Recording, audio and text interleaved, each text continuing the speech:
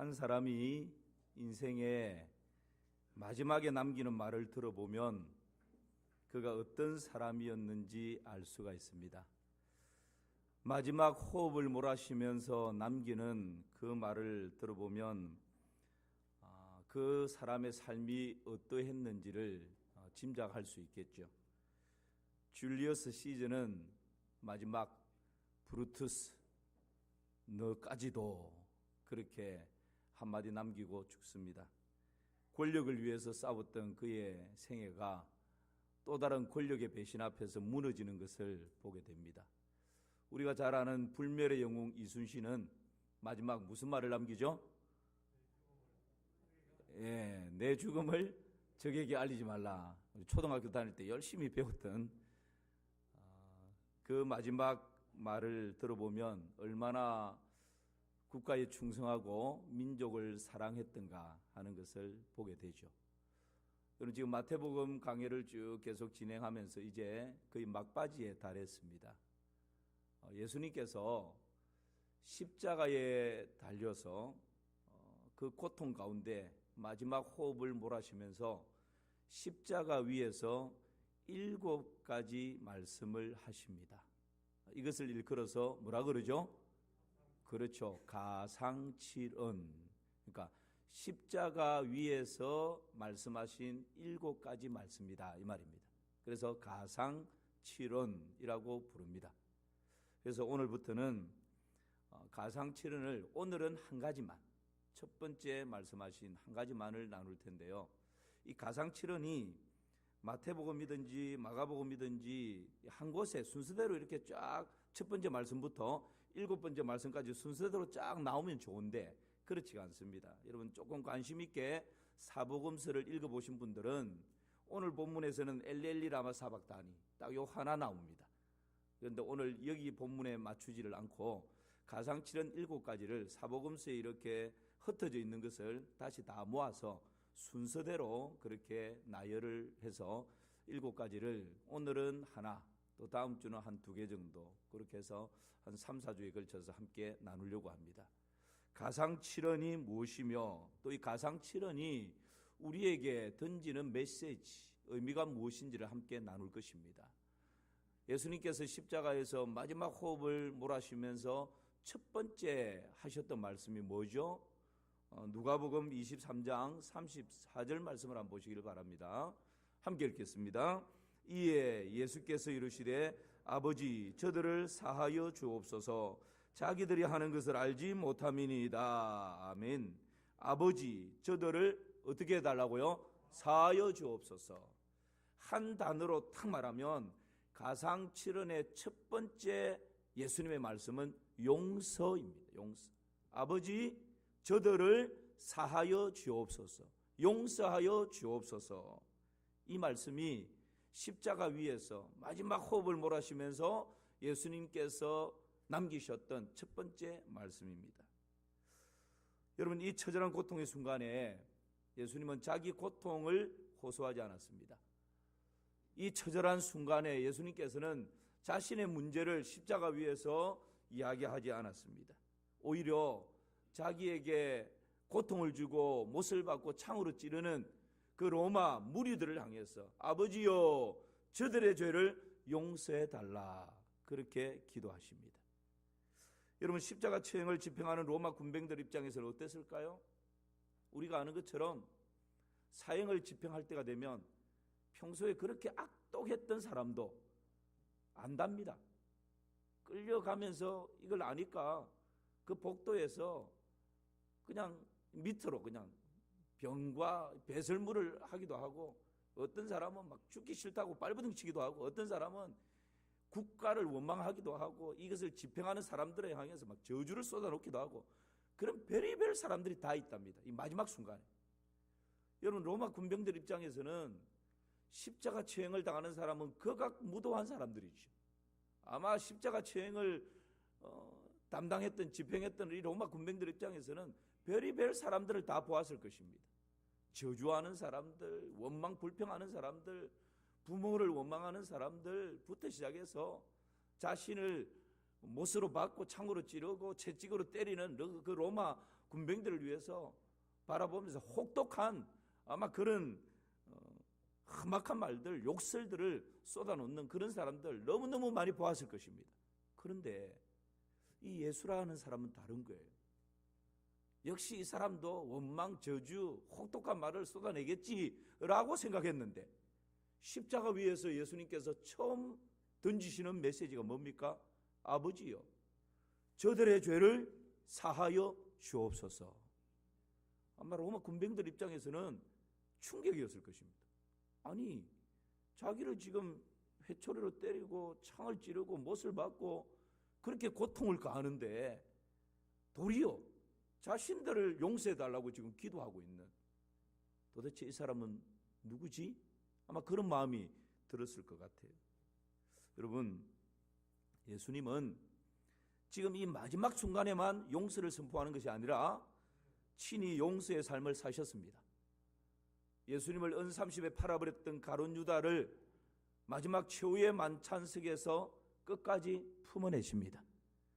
예수님을 세 번이나 부인하고 저주까지 해버렸던 수제자 베드로를 갈릴리 바다까지 찾아가서 용서하고 회복시키고 사명을 그 손에 쥐어줍니다. 예수님을 십자가에 내주었던 본디오 빌라도 용서하십니다. 집요하게 예수님을 죽이기 위해서 군중들을 선동하고 모함하고 그렇게 했던 종교 지도자들 예수님께서 용서하십니다.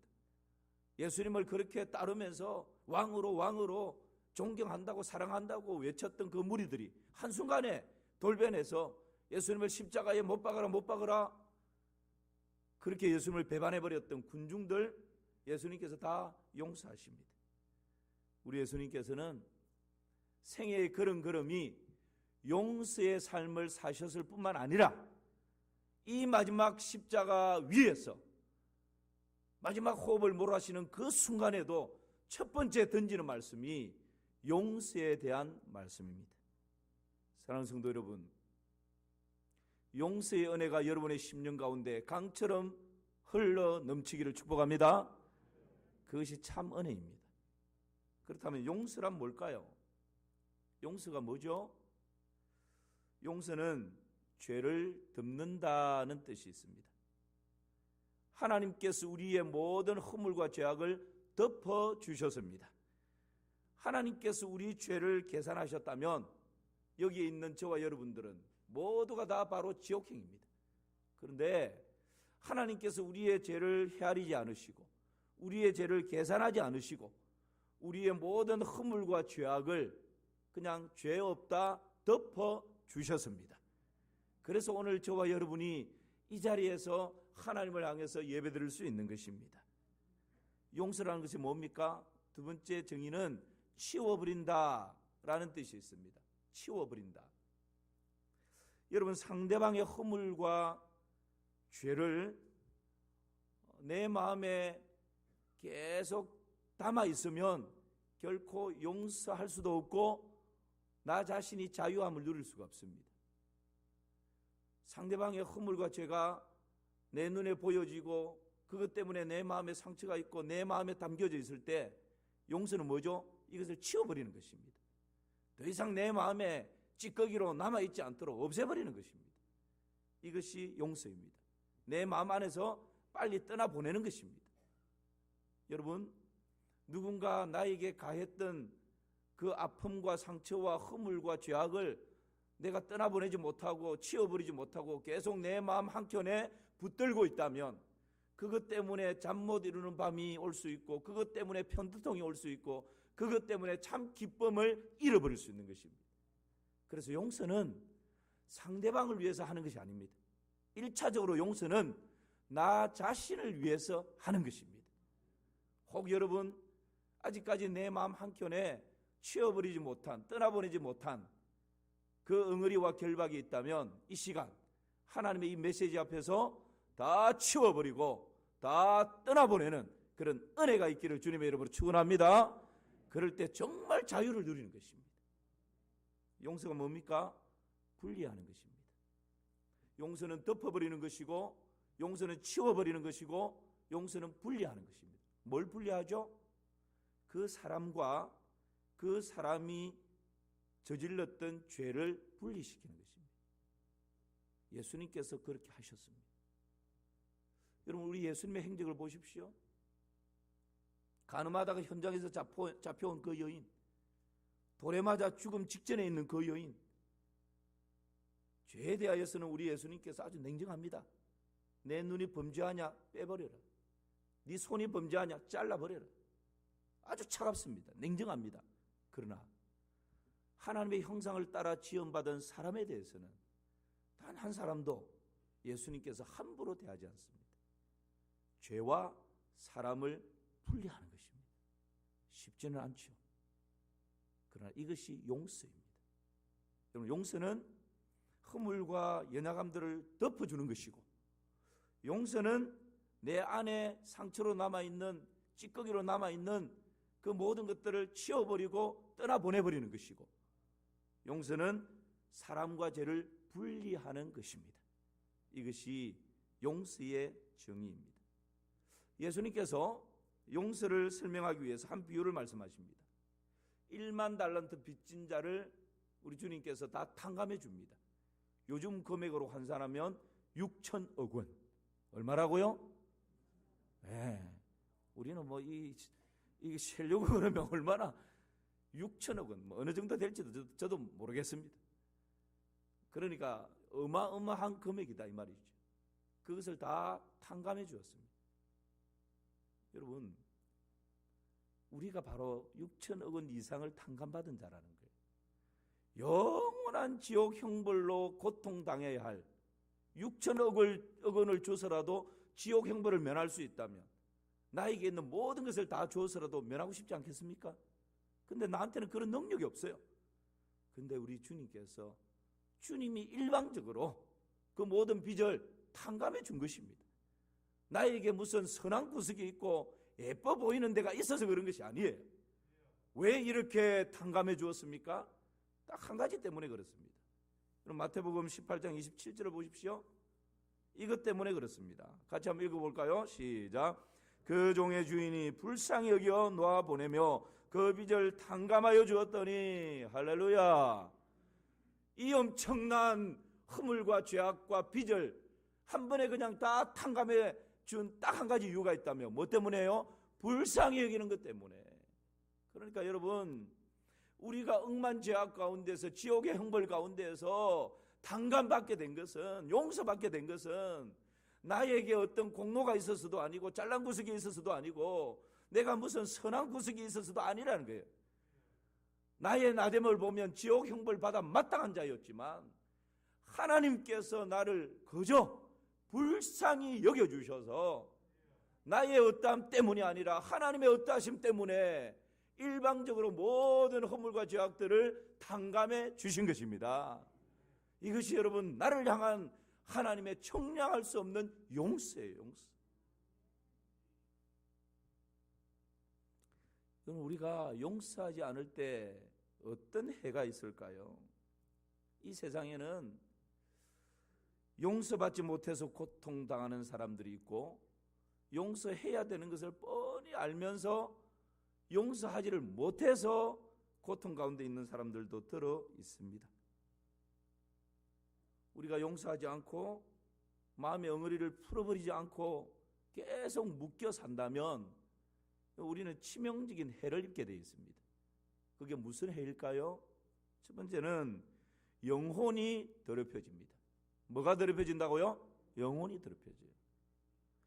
영혼이 더럽혀진다는 말은 영적으로 하나님과의 관계가 친밀함을 누리지 못합니다. 왜요? 내 안에 지금 상처가 있고 엉어리가 꽉 묶여 있는데, 사랑과의 관계 가운데 이게 묶여 있는데 하나님 아버지와 친밀함이 감동으로 감격으로 이게 누릴 수가 있겠습니까? 안 되는 거예요. 여러분, 하나님께서 나의 기뻐하시는 금식은 흉악의 결박을 풀어주며 멍에의 줄을 끌어주며 압제당하는 자를 자유케 하는 것이 아니겠느냐. 우리가 오래 금식도 하고 오랜 시간 기도의 제목을 붙들고 기도하고 있는데도 잘 해결이 안 됩니까? 응답이 없습니까? 내 안에 풀지 않고 있는 엉어리가 있지 않은지 한번 점검해 보십시오. 하나님께서 기뻐하시는 금식, 하나님께서 기뻐하시는 기도는요, 단순히 오래 기도하는 것이 아니라, 단순히 금식을 하면서 소원을 아뢰는 것이 아니라, 나의 기뻐하는 금식은 흉악의 결박을 풀어주며 멍에의 줄을 끌어주며 압제당하는 자를 자유케 하는 것이라 말씀하십니다. 밥을 먹지 않는 것보다 더 중요한 것은, 기도의 자리에서 오래 기도하는 것보다 더 중요한 것은 내 안에 있는 이 엉어리를 풀어버린 후에 하나님의 이름을 부르는 것입니다. 여러분, 용서하지 않을 때 치명적인 해 첫 번째는요, 우리의 영혼이 더럽혀진다는 것입니다. 두 번째는 마귀가 그것을 이유로 틈을 탑니다. 당연하죠. 여러분, 내 안에 엉어리가 풀려지지 않고 상처가 그대로 남아있는데, 이런 사람은요, 부흥회 한번 하면서, 기도회 한번 참석하면서 막 은혜 받습니다. 충만합니다. 근데 집에 가서 일상생활 가운데 탁 가면 3일을 넘기지 못합니다. 또다시 원상태로. 왜 그럴까요? 내 안에 이 풀어버리지 못한 이 엉어리가 여러분 악한 영들의 놀이터예요. 악한 영들, 마귀의 입장에서는 이것보다 좋은 놀이터가 없어요. 남에 대해서 엉어리가 꽉 묶여있고 결박이 묶여있고 그 마음 가운데 상처가 이렇게 있는데 얼마나 악한 영들이 그것 가지고 유혹하고 미혹하고 넘어지게 하기 얼마나 좋습니까? 여러분, 이것을 풀지 못하면 끊임없이 마귀의 영향력을 받을 수밖에 없는, 놀이터로 제공할 수밖에 없는 그런 모습이 우리에게 있다는 거예요. 또 다른 해는요, 자기도 모르게 용서하지 못하는 그 사람을 닮아갑니다. 여러분, 우리가 존경하고 사랑하고 좋아하는 사람은요, 여러분 자녀들을 키울 때 사춘기 때 한번 보십시오. 사춘기 우리 자녀들이 연예인 중에 지가 좋아하고 그러면요, 책상 위에 아빠 사진은 없어도 연예인 사진을 멋지게 붙여놓습니다. 핸드폰 안에 연예인 사진들이 있죠. 생년월일이 어떻고 키가 얼마고 몸무게가 얼마고 다 알고 있습니다. 그러면서 따라하죠.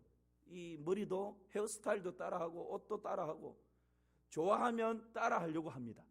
그런데요, 내가 마음에 끊임없이 미움을 가지고 있고 증오를 가지고 있고 풀지 못하는 엉어리를 가지고 있으면 좋아하는 사람도 닮아가지만 그토록 미워했던 사람도 세월이 지나면 내가 닮아 있는 거예요. 이게 여러분 용서하지 못할 때 나타나는 크나큰 해악입니다. 그래서 이런 사람이 있잖아요. 술 먹고 날마다 폭행을 일삼는 아버지 밑에서 자란 소녀가 어릴 때는 말을 못하지만 마음속에 굳게 결심해요. 나는 우리 아버지처럼 저렇게 술 먹고 폭력 행사하는 저런 남자하고는 절대 결혼하지 않을 거야. 그런데 결혼해서 아이 놓고 살다가 어느 순간 남편을 바라보니까 친정 아버지하고 너무 닮아 있는 거예요. 충격을 받습니다. 여러분, 우리가 사랑하고 존경하고 아끼고 그래서 늘 생각하고 마음에 품을 때 그 사람을 닮아가지만 반대로 미워하고 증오하고 정죄하고 저주하는 그 사람을 놓아버리지 못하고 계속 내 마음에 품고 있으면 그 사람도 우리가 어느새 닮아가고 익숙해질 수 있다. 그러므로 여러분, 우리가 용서하지 않으면 이런 해악을 입게 됩니다. 다른 사람들과의 관계에 어려움을 겪게 되기도 하고요, 참된 복을 누리지 못합니다. 여러분, 마음에 엉어리가 있고 깊은 상처가 있는데 어떻게 다른 사람들하고 원만한 이런 관계가 유지가 될 수 있겠습니까? 조금만 무슨 얘기하면 이게 또 뭐 다른 술을 가지고 있는 거 아닐까? 이 불신하게 되고 의심하게 되고 그런 가운데에서는 아주 원만한 인간관계를 해나갈 수가 없는 것이죠. 그리고 마지막 해는요, 속박과 묶임에서 참된 자유와 해방을 누리지 못합니다. 속박 가운데 그대로 딱 묶여져 있습니다. 그 묶임에서 자유함을 누리지를 못합니다. 이것이 여러분 용서하지 못할 때 우리에게 나타나는 그러한 해악입니다. 첫 번째 뭐라 그랬죠? 영혼이 더럽혀지고, 마귀가 그것을 이유로 틈을 타게 되고 자기도 모르게 미워하고 증오하는 사람을 닮아가게 되고, 네 번째는요, 같이 한번 읽어봅시다. 시작. 다른 사람과의 관계에 어려움을 겪게 되고, 내 안에 쓴뿌리가 있고 가시가 있으니까 원만하게 인간관계가 안 되는 겁니다. 다섯 번째는요, 참된 복을 누리지 못합니다. 마치 여러분 이 엉어리를 풀지 못하면 하나님 주시고자 하시는 이 은혜의 복의 그릇이 있는데 이 뚜껑이 딱 덮여져 있는 거고 똑같은 거예요. 엉어리를 풀어버려야 뚜껑이 열리게 되고 하나님 주시고자 하시는 모든 좋은 것들을 담아낼 수가 있는 것입니다. 속박과 묶임에서 참된 자유와 해방을 누리지 못합니다. 오늘 우리 김인성 목사님을 모델로 모셔서 시각적으로 이 부분을 같이 한번 나누려고 합니다.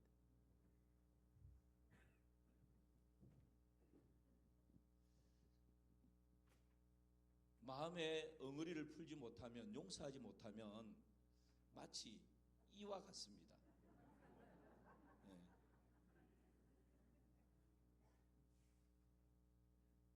노끈으로 묶었죠. 저하고 김인성 목사님하고는 아주 좋은 관계입니다. 네. 제가 만약에 김인성 목사님에게 상처를 받고 어떤 마음에 용서하지 못하는 엉어리를 딱 가지고 있어요. 밥맛이 없어요. 자려고 하면 자꾸 그 엉어리가 막 묵묵묵 올라오면서 보복하고 싶은 마음이 막 들어요. 여러분, 이 용서하지 못하는 이 마음을 내가 다 붙들고 있으면, 김인성 목사님이 저 서울로 이사를 갔습니다. 이사 가세요? 예, 서울이 이쪽이죠. 서울로 이사를 가는데 내가 이것을 결박을 풀지 못하면 어떻게 될까요? 이미 10년 전에 이사 갔어요. 내 눈에 안 보여요. 그런데 나도 서울에 가서 끝까지 그 아픈 상처와 엉어리를 끝까지 붙들고 있는 거예요. 이번엔 서울이 아니고 저 미국으로 이민을 갔습니다. 자, 미국으로 이민 갑니다. 이민을 갔어요. 그런데 여러분, 이민 가서 우리 곁에 없어요. 그런데 이 엉어리를 풀지 못하고 붙들고 있으면 어떻게 될까요? 이민 간 거하고 상관없어요. 계속해서 내 안에 상처와 고통과 엉어리로 신음하며 살아갈 수밖에 없고, 그것 때문에 자다가도 일어나서 한숨 지을 수밖에 없는 겁니다. 이게 용서하지 않을 때 하나님 주신 자유와 평강과 해방을 누리지 못하는 우리의 모습이에요. 여러분, 참 자유와 기쁨을 누리려면 어떻게 하면 될까요? 그렇죠. 내가 붙들고 있는 이 끈을 내가 놓아버리면 돼요. 그러면 이 사람이 서울로 가든지 미국으로 이민을 가든지 이 사람의 몫은 하나님께서 감당하실 몫입니다. 나는 이 모든 것에서부터 자유하게 되는 거예요. 결박과 속박에서 풀어져 버리게 되는 것입니다. 그래서 용서는 상대방을 위해서 하는 것이 아니라 누구를 위해서 하는 거라고요? 나 자신을 위해서 필요한 것이 바로 용서입니다. 이런 은혜가 있기를 주님의 이름으로 축원합니다. 예, 우리 멋진 모델을 위해서 한번 격려의 박수를 보내겠습니다.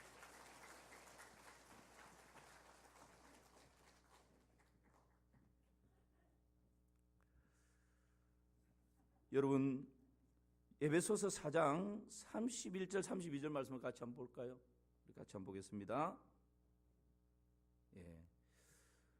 용서의 과정은 무엇입니까? 세 번째, 용서의 과정에 대해서 잠시 또 말씀을 나누겠는데요. 용서의 과정 첫 번째는 한계가 없어야 합니다. 뭐가 없어야 한다고요? 한계가. 우리는 이렇게 말합니다. 목사님, 다른 사람은 몰라도 이 사람만큼은요, 내 눈에 흙이 들어오기 전에는 절대 용서할 수가 없습니다. 혹 여러분 그런 사람이 있습니까? 또 이렇게 얘기하는 사람이 있습니다.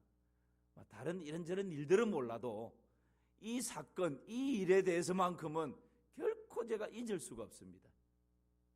그런 마음의 엉어리를 가지고 있는 분들이 있습니다. 여러분 기억하십시오. 만약에 예수님께서 우리를 용서하시는데 한계를 정하셨다면, 예수님께서 그런 조건과 한계를 제시하셨다면 우리는 결코 용서받을 수 없는 자들이었습니다.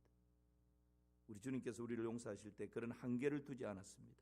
두 번째는요, 조건을 따져서는 안 됩니다. 어떤 사람은 이렇게 말합니다. 만약 그 사람이 잘못을 시인하면 내가 용서하겠다. 그 사람이 내게 와서 용서를 구하면 내가 용서해 주겠다. 그 사람이 손해를 끼친 것에 대해서 보상을 하면 내가 용서해 주겠다. 세월이 좀 지나고 나면 용서할 마음이 있을 것 같다. 그렇게 여러분 조건을 전제 조건으로 내세우는 사람들이 있습니다. 만약에 우리 주님께서 이런 조건을 우리에게 전제 조건으로 내세웠다면 저와 여러분들은 용서받을 수도 없고 구원받을 수도 없는 존재입니다. 그렇죠? 우리가 아직 죄인 되었을 때에 그리스도께서 우리를 위하여 죽으심으로 하나님께서 우리에 대한 자기의 사랑을 확정하셨느니라. 우리가 어떨 때요? 죄인 되었을 때 우리가 용서해달라고 회개기도 한 게 아니에요. 우리가 내가 잘못했다고 하나님께 우리의 잘못을 인정한 것도 아니에요. 여전히 내가 죄인 되었을 그때에 하나님께서 독생자를 십자가 죽음의 자리에 내어놓으면서 우리를 용서해 주셨다. 우리를 향한 하나님의 용서는 조건이 없습니다. 감정에 치우치지 말아야 합니다. 이렇게 말하는 사람이 있습니다. 목사님, 저는 여전히 그 사람에 대해서 기분이 나쁘고 미운 마음이 있고 증오하는 마음이 있고 생각만 해도 밥맛이 없고 분노가 일어나는데 용서한다고 말하는 것은 윗선 아닙니까? 만나서 반갑다고 웃으면서 악수하는 거 그것만큼 윗선이 어디 있습니까? 그렇게 말할 수 있습니다. 그러나 여러분 그것은 윗선이 아닙니다. 그것은 하나님의 말씀, 하나님의 명령에 순종하고자 하는 의지적인 결단인 것입니다. 여러분 이렇게 생각해 보십시오. 아침에 일찍 일어나서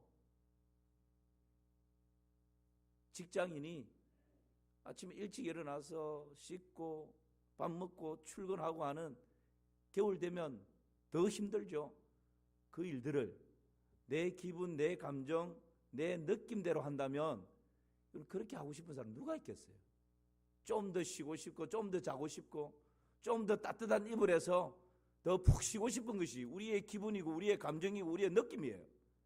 그러나 가족들을 먹여 살려야 한다는 그 책임감 때문에 여러분 이불을 박차고 일어나서 오늘도 출근길을 향해서 발걸음을 내딛지 않습니까? 우리의 의지적인 결단을 동원해서 그렇게 이불에서 박차면서 일어나지 않습니까? 하나님의 말씀, 하나님의 명령에 있어서는 여러분 때로는 내 감정이 동의하지 않아도 내 기분이나 내 기분이 뒤따라주지 않아도 하나님의 말씀이 최고 우위에 있고 절대적인 권위이기 때문에 그 말씀에 순종하기 위해서 나의 모든 의지를 동원해서 순종의 첫걸음을 내딛는 것은 윗선이 아니라 바로 순종의 은혜인 것입니다. 그러므로 때로는 내 감정이 아직까지 동의를 하지 않는다 할지라도 용서를 선포하고 용서의 손을 내미는 것이 바로 하나님의 은혜의 첫걸음이 되는 것이죠. 용서는 지속적인 과정입니다. 어떤 사람들은 금식 한번 하고 부흥회 한번 참석하고 한 번에 그냥 막 모든 용서를 탁 한다 이렇게 생각하는 사람들도 들어 있습니다. 그러나 여러분 용서는 한 번으로 쉽게 되는 것이 아닙니다. 나에게 슬픔이 없어질 때까지 용서하고 또 용서하는 겁니다. 내 마음의 상처가 아물 때까지 그 용서의 자리를 오늘도 달려가고 내일도 또 달려가는 것입니다. 선으로 악을 이길 때까지 때로는 두 주먹을 불끈지고 이를 악물고 용서를 선포하고 또 선포하는 것입니다. 미움과 정오가 마침내 사랑으로 바뀌어질 때까지 용서의 그 길을 묵묵히 걸어가는 것입니다. 그 사람을 위해서 축복의 기도를 할 때까지 그렇게 용서는 반복되어지는 것이 바로 용서입니다. 한 번은 예수님의 제자들이 예수님께 와서 질문을 합니다. 예수님, 다른 사람들이 나에게 잘못했을 때 몇 번이나 용서해 주면 될까요? 7번 하면 되겠습니까? 아주 후하게 말합니다. 그러면 예수님이 칭찬해 줄 것이라 생각했습니다. 그때 예수님이 뭐라고 대답하죠? 예, 마태복음 18장 22절 말씀 시작. 예수께서 이르시되 네게 이르노니 7번뿐 아니라 7번을 70번까지라도 할지니라. 예수님의 대답이 아니 7번뿐 아니라 7번을 몇 번까지요? 70번까지라도 용서하라고. 이게 지금 무슨 말씀입니까? 77에 49, 490번 아니라는 거예요. 한 사람에 대해서 한 번 용서해서 안 되면 2번 하고, 2번에서 안 되면 3번 하고, 7번씩 70번까지 하라. 완전 수입니다. 7번씩 70번 해서 안 되면 71번 하고, 72번 하고, 용서가 될 때까지 내 안에 미움과 시기와 정오와 정죄와 판단이 긍휼과 사랑으로 바뀌어질 때까지. 이것이 여러분 용서는 과정이라는 것입니다. 오늘 우리가 읽었던 말씀 가운데서도 예수님께서 십자가에서 아버지여 저들의 죄를 사하여 주옵소서 용서를 선포하는데요, 이 말씀이 원문에는 현재 진행형입니다. 무슨 말씀이죠? 예수님께서 십자가 위에서 첫 번째 말씀으로 그렇게 하시고 끝! 그게 아니라는 거예요. 예수님을 채찍으로 때릴 때 예수님께서는 끊임없이 현재 진행형이라고 하는 것은 용서해달라고 아마 계속해서 그렇게 하나님께 기도했고, 또 조롱하고 모욕할 때도 기도했고, 십자가에 못 박을 때도 기도했고, 창으로 찌를 때도 기도했고, 계속해서 기도했다는 것입니다. 이게 원어적인 의미예요. 그러므로 용서는 한 번으로 끝나는 것이 아니라 지속적인 과정입니다. 사랑하는 성도 여러분, 누군가의 이름이 나오기만 하면 아직도 마구 혹평하고 있지는 않습니까? 내가 받은 대로 되돌려주고 말겠다, 이 생각에 사로잡혀 있는 분들은 없습니까? 남편에 대한 원망과 미움, 또는 아내에 대한 불평과 서운함으로 가정의 불신의 담이 높이 쌓여 있는 그런 분들은 없습니까? 내 부모와 같아지지 않으려고 발버둥치고 몸부림치고 있는 분들은 없습니까? 어린 시절 학대받고 버림받은 기억 때문에 어른이 된 지금에도 불구하고 내 안에 울고 있는 또 다른 나 자신은 없습니까? 헌신적으로 키운 자녀에 대한 기대가 서운함으로 바뀌어버림으로 엉어리진 가슴을 안고 있는 부모님들은 없습니까? 이미 이 세상 사람이 아님에도 불구하고 마음의 원통함을 풀지 못하고 있는 분들 없습니까? 오늘 이 시간 그 모든 분들에게 사랑하는 주님의 자유함이 임하기를 주님의 이름으로 축원합니다. 진리를 알지니 진리가 너희를 자유케 하리라 말씀하십니다. 하나님의 영이 있는 곳에는 자유함이 있습니다. 오늘 이 예배 시간 모든 엉어리가 풀어지고 결박이 풀어지고 우리 안에 참 자유와 해방과 평강이 충만하기를 주님의 이름으로 축원합니다.